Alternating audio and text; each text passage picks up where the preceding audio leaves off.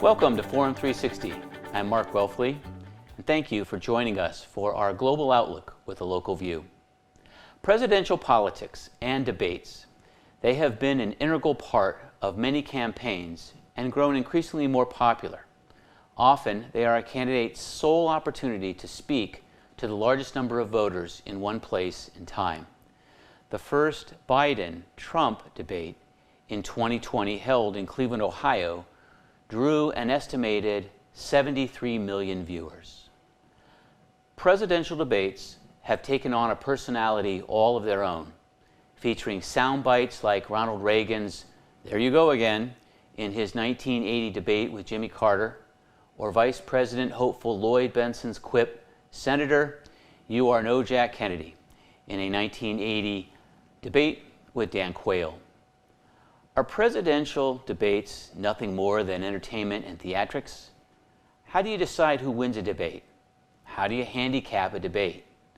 To answer these questions and more, I'm joined by Jim Robenalt, presidential researcher, attorney, lecturer, and author of 4 nonfiction books. So welcome, Jim. Hi, Mark. Nice to see you. Thank you. Basic question. Why do candidates even debate? What's the purpose of a debate to begin with? You know, as we were talking before we came on here, for the longest time, candidates did not debate in American history. The first real debate as we know it was the Kennedy-Nixon debate in 1960. And then there was a gap from 1960 until 1976 for the next debate. And then it began to become more regular. But it is seen today as such a regular thing that if somebody does not debate, they're heavily penalized by it. And we kind of saw that this summer when there was some question about whether Trump would debate or not. And they've decided to have this debate. But they debate because they want to reach, as you said in the opening, the most people, and they want to assure people about their good qualities and reassure them that they're not as bad as their opponent says they are. So getting to this whole scorecard of debates, before we go into kind of the psychology of them, how do the media, how do people handicap a date, determine a winner or loser? Does it seem all personal, like there could be as many winners as there are people because everyone has their own opinion, or is there kind of a standard by which debates are judged? Yeah, so you want to look at it from the debate after what people say about the debate, or do you want to look at it beforehand? Which afterwards. Yeah. So this started sometime in the 80s where there was this consistent effort to spin. They called the spin room, where the candidate would get its team, the candidate's team, to be ready to go right away after the debate with the spin on that debate. And they would say, my person won, and they would amplify gaffes of the other side. They would amplify their own punchy lines that they did. And so people began to, there's been studies about this, people began to understand presidential debates not by just what they watched and then turning off the TV. Mm-hmm. They listened to the spin room. And today it's all Twitter. So you're having people real time as it's going on doing this process now. So it's in the past it was just after the debate. Now it's real time with people on Twitter. And people really begin to understand and absorb what just happened by watching the news and watching their Twitter feeds afterwards. So what do viewers generally watch when they watch a debate? Like what are they looking for? Are they looking for those gaffes? Are they looking for clarity?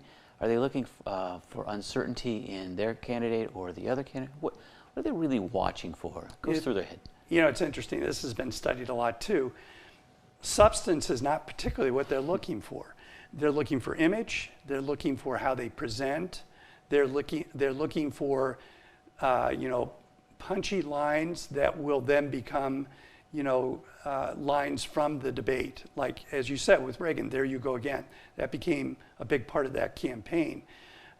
So viewers are really looking in the first part for the punch, counterpunch. They like that part of it. That's why Trump has been such a drawn these big audiences because he does a lot of punching and the other side does counter punching and he does counter punching. They look for that, but then they also are looking for what's the appearance of my candidate? Does my candidate appear to be in charge of the facts, in command of the facts, and do they seem to have leadership qualities and composure?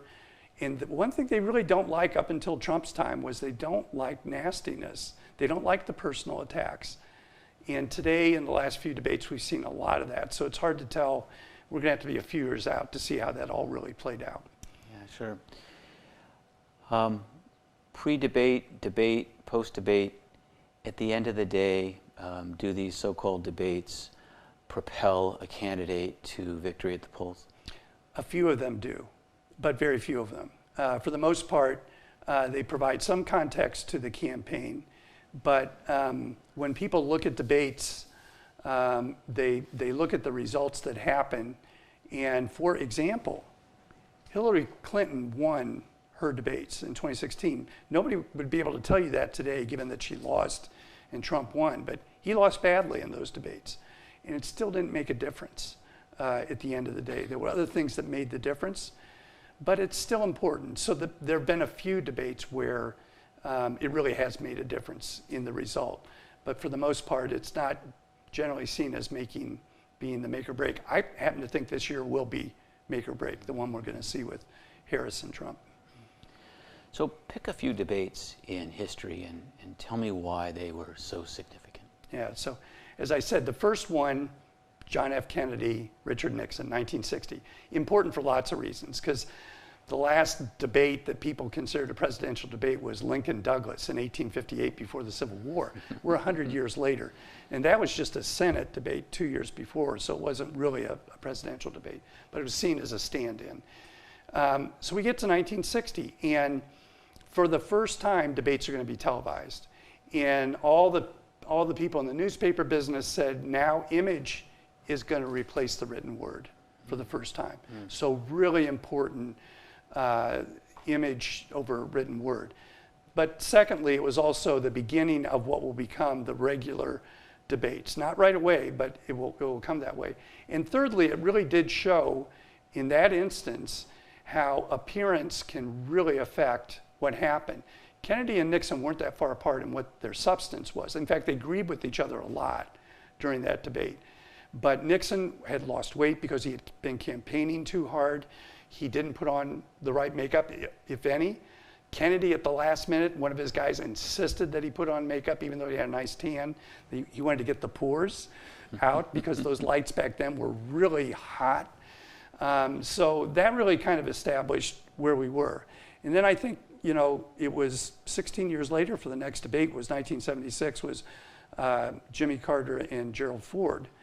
And Ford was laboring under Watergate. He had pardoned Nixon, but there was a gaffe in that one that is one of the most well-known gaffes of presidential debates that made a difference.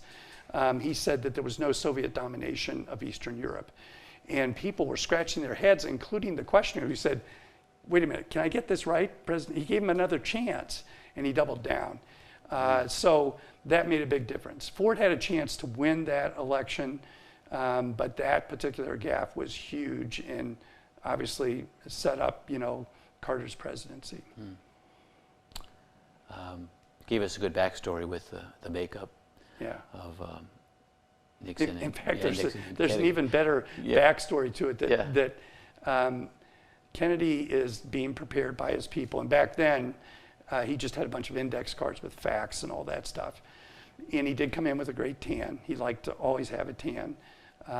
And he gets to the debate, and the guy who's taking care of him sees that he hasn't put pancake makeup on. And so he worked at that particular TV station in Chicago, ran around the corner to get some pancake makeup, comes in, puts it on. Kennedy doesn't like it, but he does, and makes him look great.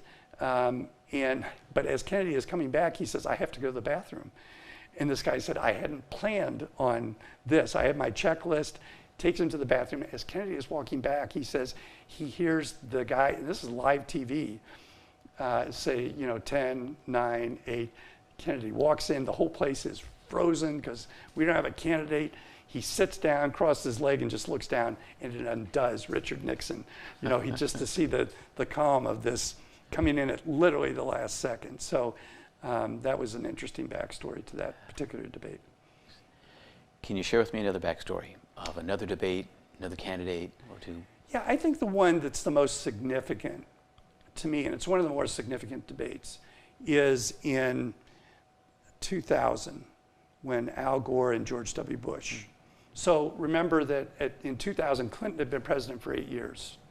And even though he had the scandals in his second term, he was still a very popular person. Along comes Al Gore. And he is way ahead, and he has everything going for him. He'd been the vice president for 8 years. He knew a lot more than George W. Bush, who was seen as a lightweight in all of these things. And his team, to their credit, Bush's team, knew that. They started preparing him in April, 6 months before the debate, secretly, so nobody knew he was doing this much preparation. And they sat down and educated him on federal stuff. He was a state governor from Texas. And they brought him up to speed over the course of that whole debate preparation. And so by the time he gets to that debate preparation, Al Gore has great disdain for him. And he comes in very amiable, but also pretty prepared. And so that debate is significant because Gore gets really upset. He starts huffing and puffing. He sighs audibly. The mic is on. They're going back and forth about this. And George W. Bush then, really pulls into the lead at that point because Gore is seen as disdainful, arrogant, an automaton. He talks about a lockbox for Medicare and so forth. And so, but the backstory was, they didn't come out of nowhere. The Bush people knew what they had to do with him, and they really rigorously prepared him for 6 months for this. So it's a pretty interesting story. Yeah, a quick comment, if you would. I noticed in the debate rules, in some debates, you're not allowed to bring notes, like a piece of paper or a notepad, a sharpened pencil, and that's it. Why can't you bring notes, or why is that such a controversial topic? Because they don't want the candidate to be relying on scripted stuff and notes that they have. Just like, there's been this controversy over time where some people have wondered whether the candidate had an earpiece in and that their group was telling them what the answer ought to be. That was true in the, it might have been the first or second Bush debate, where Bush's jacket had a pleat in it that looked like there was a backpack on him. And there was a lot of debate about whether he had been told what to do. What people want is these candidates raw. They can usually have pads in front of them where they can, write notes down. But they want to see them truly debate from their own skills and not from what somebody has, a text that somebody has given them. Sure. So, but it's interesting, these whole questions of whether or not somebody, I think even with Hillary, there's a question of whether she had a bug in her ear that she was, hearing people say what to say. And of course, none of that's true. None of that happened. But later, they speculated that Bush might have had, this was 2004, this might have been after 9/11 when the question of whether he had a bulletproof jacket on. And he didn't have that either. But people want the unscripted. Yeah. They want the raw candidates to see how they do. If you're just joining us, thank you for being with us. We are talking about handicapping a presidential debate. And my guest is Jim Robenalt.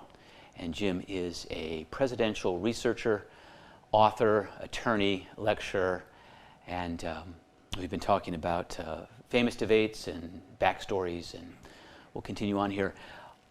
Occasionally I hear one of the candidates' side say, well, the moderator is swaying, is predisposed to favor one candidate over the other. Do you think that's true? Do you think a moderator can bring more favor, more positive energy to one candidate than the other? There's been a lot written about that. Jim Lehrer, who's one of the guys who went to all these things, said that he didn't believe it was his job to fact check a candidate, that the candidates should fact check each other. And he should just stay out of it, ask the questions, be a total moderator, and facilitate a discussion. And I think others, and as we've gone deeper into, especially the Trump era and the Trump debates, there's been more of a thinking that maybe there should be some fact checking of outrageous lies. And so they begin to step into that territory. But it's difficult because at the end of the day, people don't want to hear from a moderator. They want them to be totally neutral. So one of the ways they kind of tried to get around that was to occasionally have a town hall debate where, you know, they're sitting on stage and they're getting up and walking around, but it's questions coming from undecided voters that they get their chance to say what they're going to say to kind of keep the moderators totally out of it. That's interesting. But I think for the most part, the moderators have done a pretty good job of staying out of it, with one exception, where I thought a question was so out of bounds that the candidate should have said, I'm not going to answer that and go on to your next question. It was in the debate with Dukakis in looking at my notes here, 1988. So Dukakis is known for being against the death penalty. And there was this whole campaign that he'd let out this Willie Horton. And so Bernard Shaw, who I kind of liked from CNN, asked him the question, if your wife, Kitty Dukakis, were raped and murdered, would you then be for the death penalty? That was such an outrageous question, where a moderator clearly is doing, to me, the wrong thing, that Dukakis should have said, I'm not going to answer that. You know, that's out of bounds. So go on to your next question.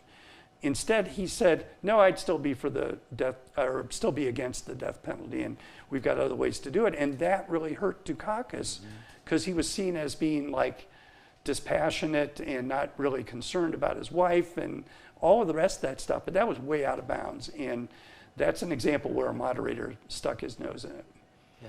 He wasn't going to win either way answering that question, was he? Yeah, no, he wasn't. But, you know, it echoed to me what Kamala Harris did when she was asked about the remarks about her race, that Trump, and she just essentially said, same old story, next question. I don't think that's a bad way to go. I think most people accepted that was the right answer. People talk about the value of a vice president in office, and yet there always seems to be vice presidential debates. And I don't know how much people really weigh those. I'm hearing not a lot. Yes. And I guess the slippery slope, how far can you go? Do you want the perspective, first wives to interview, and who else takes the debate stage after that? So, do we need vice presidential debates? What do they add? Is there something missing on the debate stage that we're not accounting for here in presidential politics that might be helpful? Again, studies have looked at this. They have zero impact on the result. But I think they're really important for one reason, which is this is the person who's going to become president if the candidate dies or has to leave office. And the American public should at least have a look-see at who that person is to make sure they're not, way out of bounds or unacceptable. You think about some of the more controversial candidates, Sarah Palin, for example, and she hurt that ticket overall, but her debate performance didn't make her better or worse. She had already kind of hurt the ticket with John McCain. So I think it's a look-see, but it doesn't really affect anything. All right, I have to ask you about the worst debate ever. Can you share with me what you think is the worst debate? Yeah, well, I think the worst debate is clearly the 2020 debate, Biden-Trump, here in Cleveland. And this is one where they left the mics on and Trump kept interrupting. And by the way, this is the one where he had tested positive for COVID and didn't tell anybody beforehand. And it was at the Cleveland Clinic, if you remember that particular debate. And it was a mess. Trump interrupted every minute. He had done that with Hillary in the past, and that was a pretty messy one too. But this one led to Biden finally saying, would you shut up, man? And it just was this really, both of them were demeaned by the whole thing. And it was purposeful, so that by the time you get to the third debate, when Biden's 10% or 10 points ahead, they muted the mics so that didn't happen again. And that's what's going to happen with Harris-Trump too. They're going to mute the mics so that we don't have this constant interruption, because it really does, not just undoes the flow, but it just seems childish, you know, the really childish stuff. And that to me was the worst debate. Yeah. Moving on to famous sound bites, famous theatrics, flies on faces, and, famous quips. Can you take me through a couple, three that you remember over the years, and if they had any impact at all, or were they just something people remember? Yeah, well, the most quip-friendly one is Carter Reagan in 1980. And Jimmy Carter wanted to dodge debating because he knew that Ronald Reagan was an actor, that he came off well on television. Carter was the incumbent. He tried to stay above it, but he started to fall behind, and then deeply fall behind, because there was another, John Anderson, an independent, had debated Reagan, and Carter stayed away from that.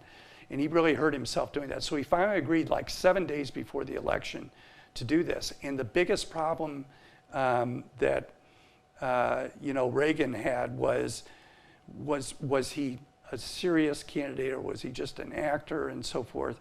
And what about his age? His age became a bigger deal with Mondale. But on that one, Carter makes this long, impassioned speech about how he will take away Medicare and Social Security, and he gave that quip, "There you go again." It just undid him, and it made Carter look small.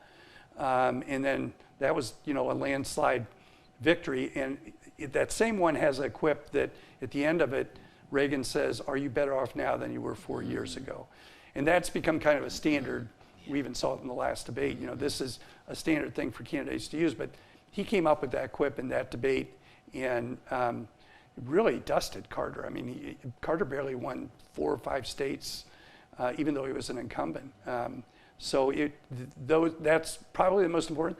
The second most important debate that had a quip in it was 4 years later with Reagan-Mondale.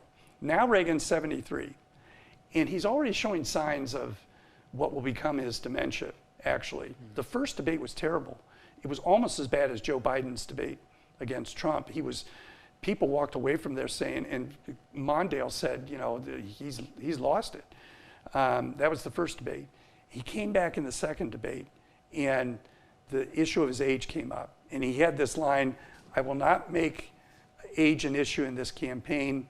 I'm not going to exploit for political purposes my opponent's youth and inexperience." And to Mondale's credit, he laughed. And he knew it was a good one. But he also knew he had just lost that debate. So he made a comeback. And by the way, this is a debate. These are debates that Reagan didn't need to do. He was ahead. He was a popular president. And he did it anyway. But that particular quip really sealed the deal for him about his age. Talk to me about length. Like, how long should debates be? 2 hours, 3 hours, 9 hours? I mean, like, how long before the import of that debate lands on the viewers and they can make a decision or get the information that they were hoping for to after the debate is over? Yeah, well, it's interesting because the Kennedy-Nixon debate, each side was given 10 minutes to give an opening statement. That's a long opening statement, and then 4 minutes at the end. They were only asked like 10 questions in between. That's one way to do the format. The other is just to get right into the questioning and go back and forth. I don't think people can take more than 90 minutes. I would prefer to see just an hour. And I like what they did in 1992 with George H.W. Bush, Clinton, and Ross Perot, where they had these debates in series, October 11, 15, or 3rd, 11, 15, and 19, kind of like a TV miniseries where people were tuning in every week to see the next installment. That to me was ideal because you're not stuck with long debates. You can keep them short, but you keep giving people more information as you go along, and people get interested in it. So it's usually 90 minutes, but an hour to me would be better. Yeah. In the last 30 seconds that we have, I'm just curious about preparing for a debate. It seems each candidate prepares differently. Is there a good recipe for how best to prepare for a good debate? Yeah, it's become very formulaic. They get them in a room, they get somebody to play the other person. That happens every time. Somebody studies up the other candidate to see what they're going to say, how they're going to react, and all that sort of stuff. And then they isolate them and practice it over and over and fill their heads with all sorts of facts and so forth, which sometimes can be a problem. But the preparation, as I said at the start, for George W. Bush, that long preparation really made a difference for him.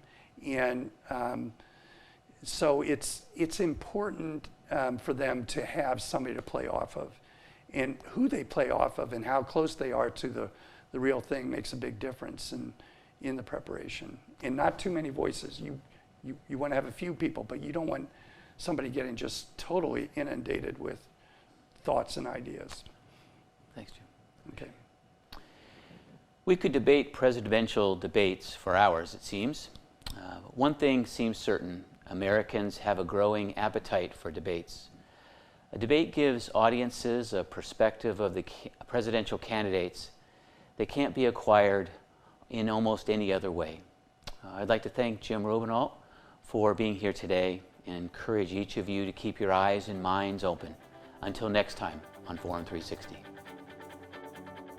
Forum 360 is brought to you by John S. and James L. Knight Foundation, the Akron Community Foundation, Hudson Community Television, the Rubber City Radio Group, Shaw Jewish Community Center of Akron, Blue Green, Electric Impulse Communications, and Forum 360 supporters.